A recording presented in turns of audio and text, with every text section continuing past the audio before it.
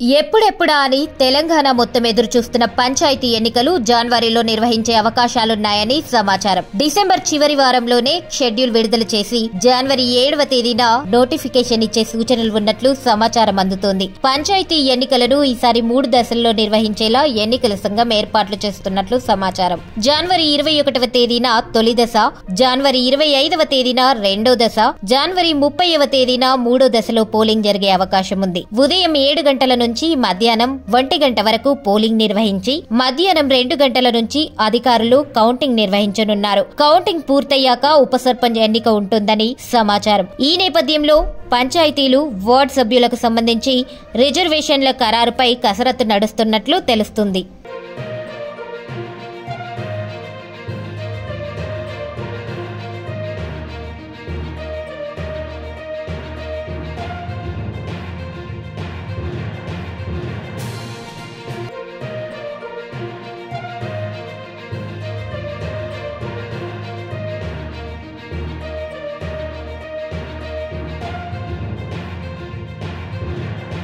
ఎప్పుడెప్పుడా అని తెలంగాణ మొత్తం ఎదురు చూస్తున్న పంచాయతీ ఎన్నికలు జనవరిలో నిర్వహించే అవకాశాలున్నాయని సమాచారం. డిసెంబర్ చివరి వారంలోనే షెడ్యూల్ విడుదల చేసి జనవరి 7వ తేదీన నోటిఫికేషన్ ఇచ్చే సూచనలు ఉన్నట్లు సమాచారం అందుతోంది. పంచాయతీ ఎన్నికలను ఈసారి 3 దశల్లో నిర్వహించేలా ఎన్నికల సంఘం ఏర్పాట్లు చేస్తున్నట్లు సమాచారం. జనవరి 21వ తేదీన తొలి దశ, జనవరి 25వ తేదీన రెండో దశ, జనవరి 30వ తేదీన మూడో దశలో పోలింగ్ జరిగే అవకాశం ఉంది. ఉదయం 7 గంటల నుంచి మధ్యాహ్నం 1 గంట వరకు పోలింగ్ నిర్వహించి మధ్యాహ్నం 2 గంటల నుంచి అధికారులు కౌంటింగ్ నిర్వహించనున్నారు. కౌంటింగ్ పూర్తయ్యాక ఉప సర్పంచ్ ఎన్నిక ఉంటుందని సమాచారం. ఈ నేపథ్యంలో పంచాయతీలు, వార్డు సభ్యులకు సంబంధించి రిజర్వేషన్ల ఖరారుపై కసరత్తు నడుస్తున్నట్లు తెలుస్తుంది.